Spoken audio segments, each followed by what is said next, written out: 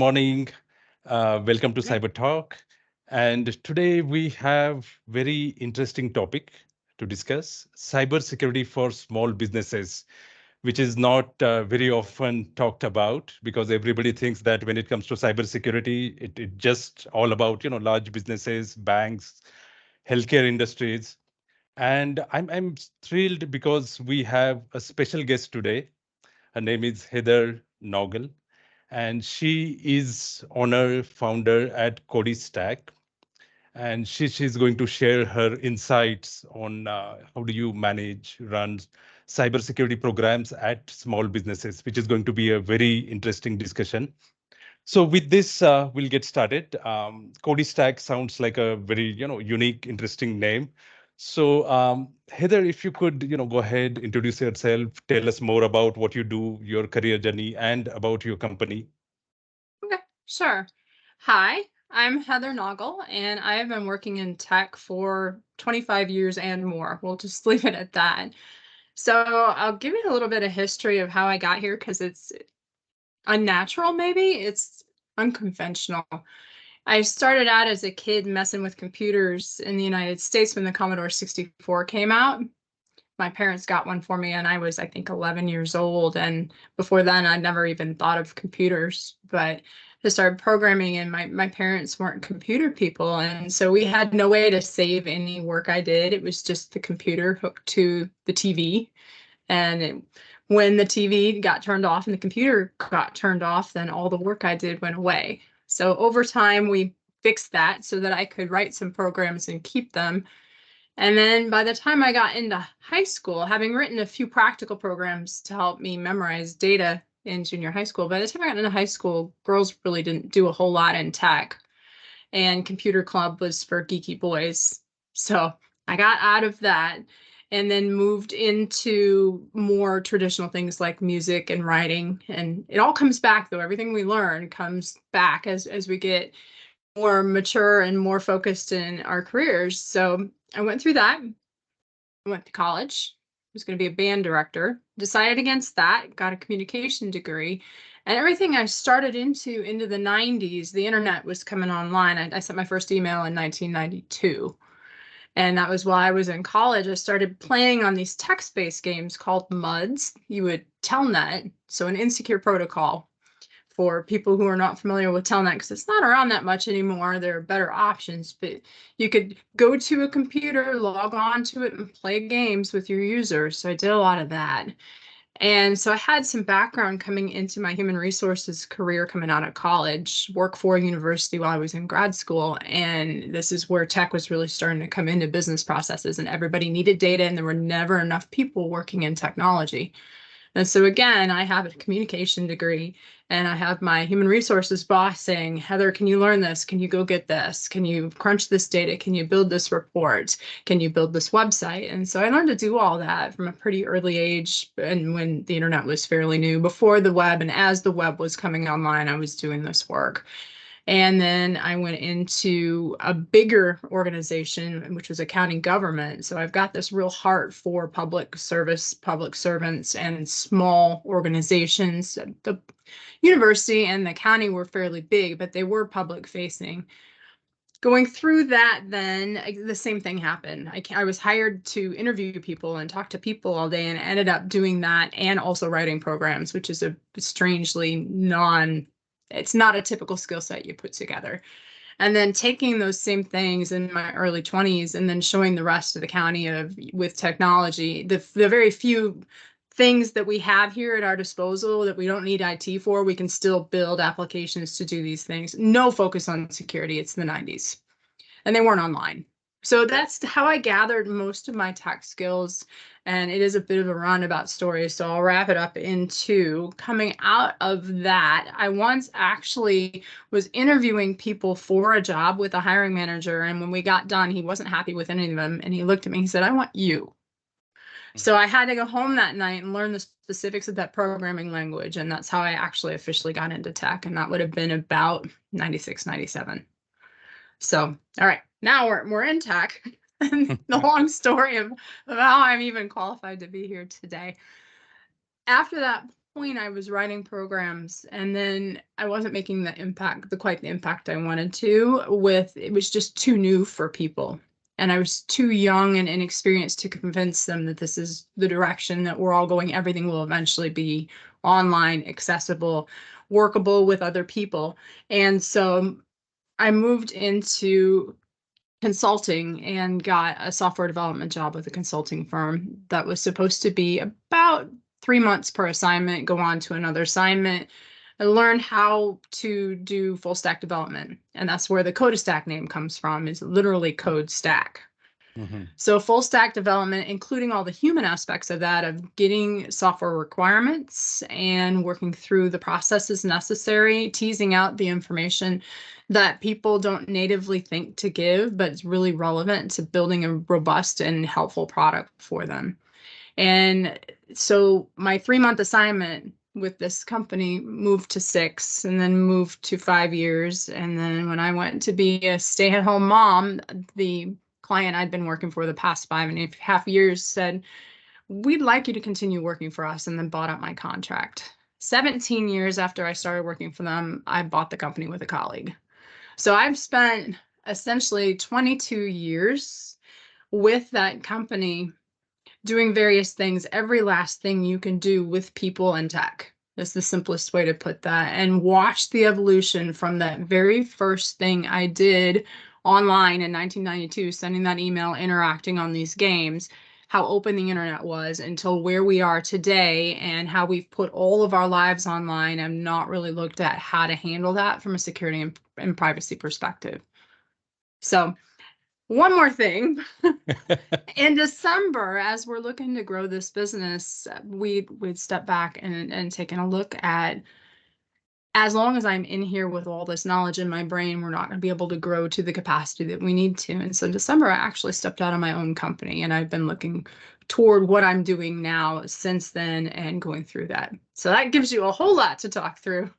And I realize I went through that pretty quickly, but it's a lot. But what I feel, it is really diverse experience. Yeah. You mentioned about the whole technology evolution, because I remember sending out that email.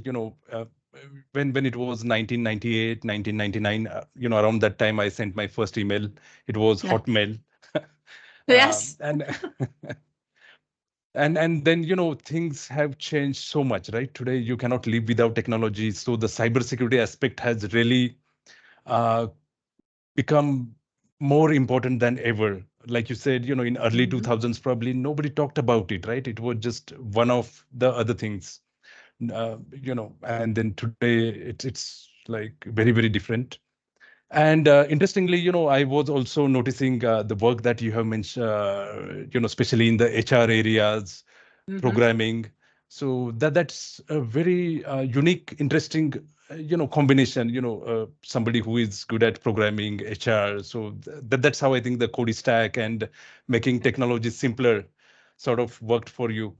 And looking at your LinkedIn posts specifically in your last, 6 months, a year, notice that you write beautiful stories and then write analogies comparing normal stories with technology aspects. So any thoughts on those? The reason behind that is to try to reach people into thinking about secure behaviors to protect their interests online. And a lot of my feet, I seem to be attracting more and more cybersecurity professionals. And I believe, to make a concerted effort to reach out to people who are not cybersecurity professionals and also make sure they're engaging with that content. And so I'm getting really good feedback from people that the way I'm approaching things is both accurate and impactful.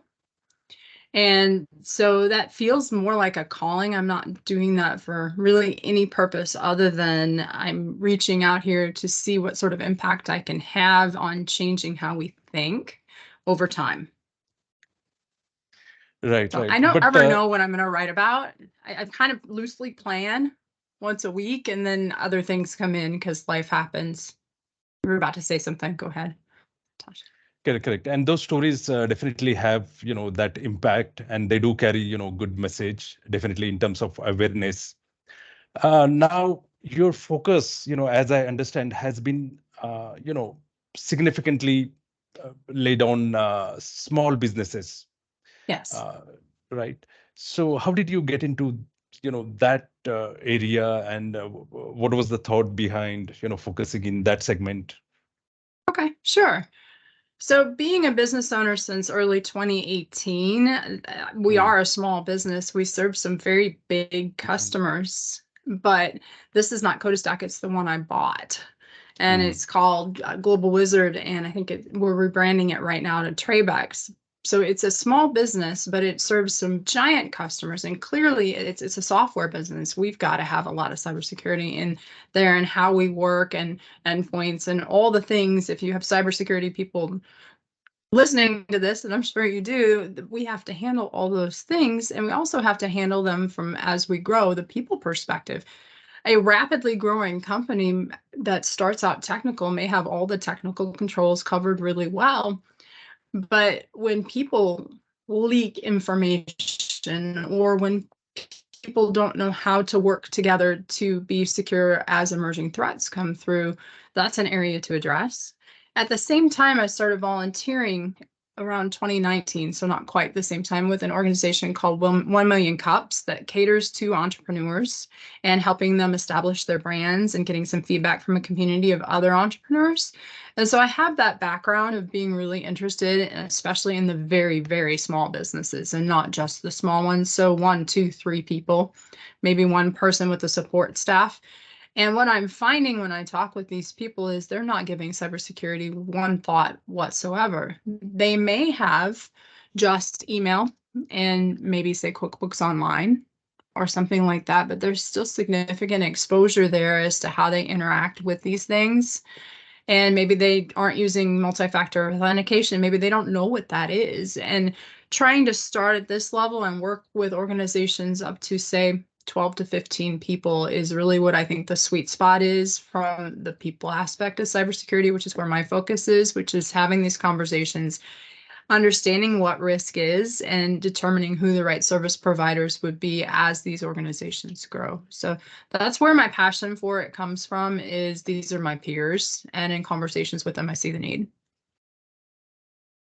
Yeah. I mean, like you said, small businesses, they have their own limitations, right? In terms Mm-hmm. of, number of people, number of resources, number of technology tools that they may have, and that just brings a lot of cybersecurity challenges. And awareness is again, a different aspect altogether, because business becomes priority. Mm-hmm. Now, is there anything that they could do in your view to make their security better with limited budget, limited people? What is that? Yeah. How do they improve in your view? Sure. There are free things that they can do. The problem is if you go online and you search cybersecurity for small business, you're inundated with, at least in the US, 5 or 6 different federal agencies that all do it Mm, differently and give you different recommendations, and they don't do so in English. So it's almost a non-starter. If you are thinking about cybersecurity, you don't necessarily know where to start. And I think that that's important. In January, I built a very short video series, which is just really, again, to get people thinking about things. All told, with all the videos, I think it's under 40 minutes of content. mm, And so I've got that out there that I haven't started to point people to quite yet, but that's coming. And then I hope to turn that into a free course where it's all contiguous, put together in a single video, and get that out there, because I think that could serve some people and get them thinking. As far though as putting together a plan, I think it all starts with risk and determining where the business is and where it wants to go after it understands where cybersecurity fits with business tolerance for risk. So that's a very people-centric problem and a business-centric problem that has nothing to do with technology. And so once an organization understands that, and a small one may have never really thought about that other than, oh, I have a risk if I can't sell my products or I can't have my doors of my business open, then I can't make money and we go under. And then we start to dig a little more into what does that actually mean.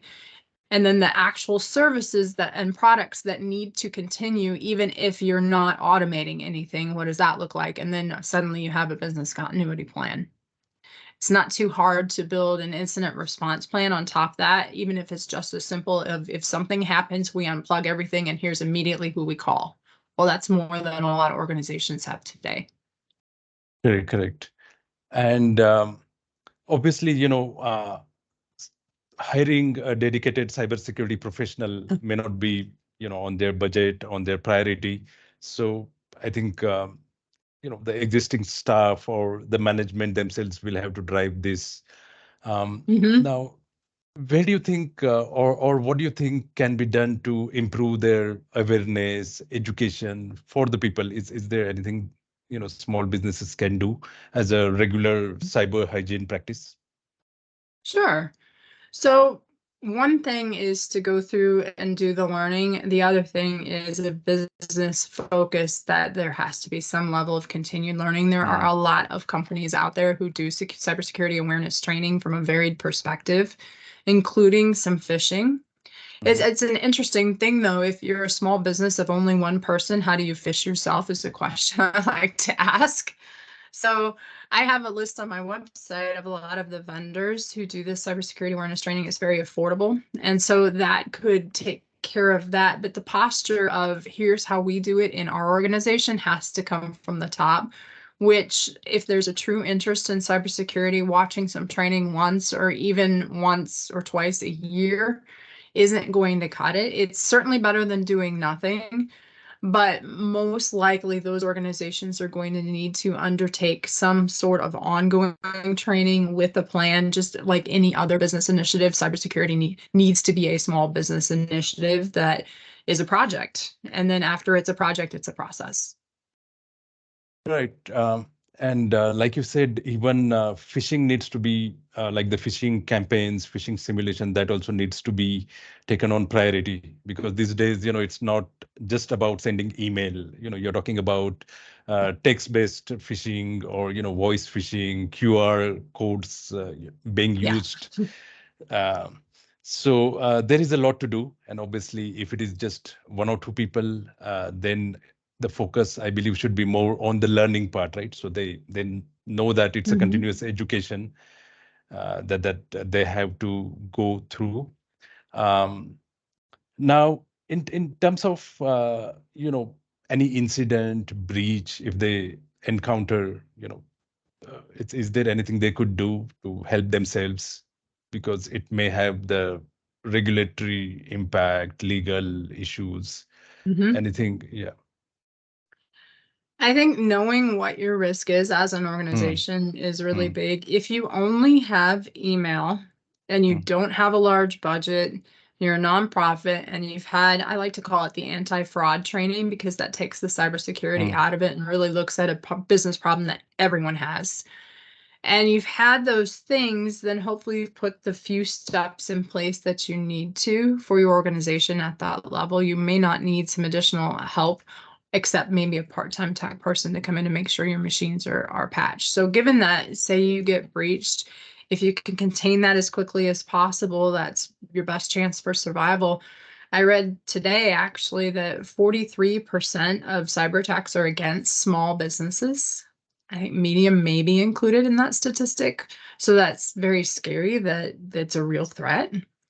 The other it thing I is. It read, is. though, is somewhere about 60% of small businesses that are attacked with a cyber attack of any significance do go under. So, again, the point of breach is not the point to start thinking about cybersecurity. And a lot of people, a lot of small businesses who are breached may not know it for quite some time. So there's even that to factor in of it's not an immediate we've been hit and we just got hit and everything is gone. Backups would probably be the very first thing I would add after the fraud training is making Mm, sure the backups with a solid backup process. And then the machine patching, we're going to assume that's already there because that's part of what we would teach as a you absolutely have to. You have to have your people trained against fraud and you have to have your machines kept up to date and you have to have everything backed up.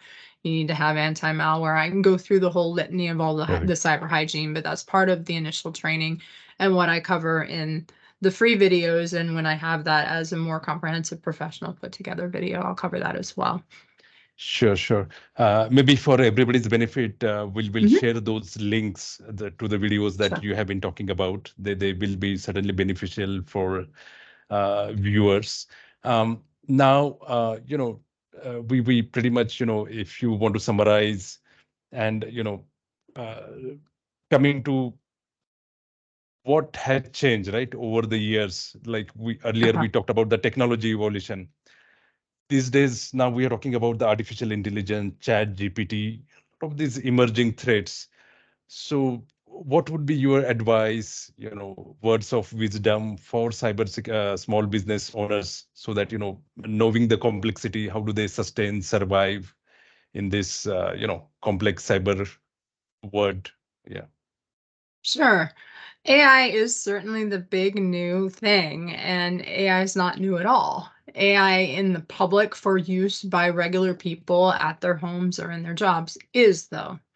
So I think the AI becoming mainstream, this 2022, 2023 and beyond, I don't think you can, as we like to say, put the cat back in the bag. The cat is out scratching and tearing down furniture right now.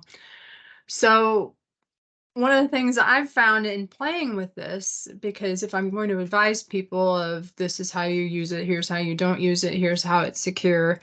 With AI, most of what people are interacting with is generative AI, like you said, Chat GPT. I've been Correct. in Google's Bard as well, is to understand that every bit of information that it gives you, you must verify. So that's So one true. aspect of it. Both of those technologies, the Chat GPT and the Google Bard, like to just make things up. They call it Correct. hallucinations. So that'd be the first thing. There's something that came out recently about a lawyer here in the United States who got a, a list of some cases to support his legal findings, and they were all false. And the Right, person, right. this lawyer, did not verify. And so, straight from cybersecurity and best practices is verify and then trust. That's our modern way of looking at things. Looking past across the history, the internet was built to disseminate information back in the dark ages when I was in there in 92, 93, sending the first email, trying to figure out what the @ meant. You could go by a FTP, file transfer protocol, and get a whole lot of information. And now we take for granted you can go to any search engine and plug in anything you'd like. Well, previous to this, your examples and the way you got information was your university library and maybe a set of encyclopedias that you had in your home. So that opened up having these FTP sites with information that you could just go and grab and determine what to do with. Nobody really thought much about security. These were anonymous. You could log in anonymously, grab your information, much like we use the search engine today. So evolve from that to now we have information, including our login credentials, our identity, our access. We want to keep these things secret. And this public internet isn't really built for keeping things secret. It's built to disseminate information.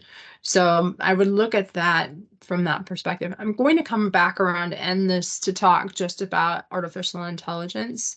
It's still very new and not very accurate. For people who are businesses who are looking to do some automation, these are going to be their bigger small businesses and bigger businesses.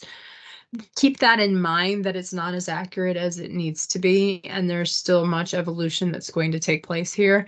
And to be careful not to automate anything that you do not understand, because you don't have a way then to verify whether or not it works. So lots of changes in the past, lots of changes coming in the future.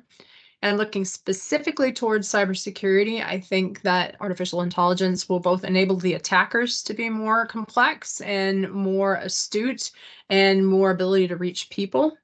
I also think it will enable the defenders, hopefully at equal measure, to step up and have more intelligent and better defenses. Who knows at any given point in time which will be stronger? There was really interesting, very extensive, list of recommendations.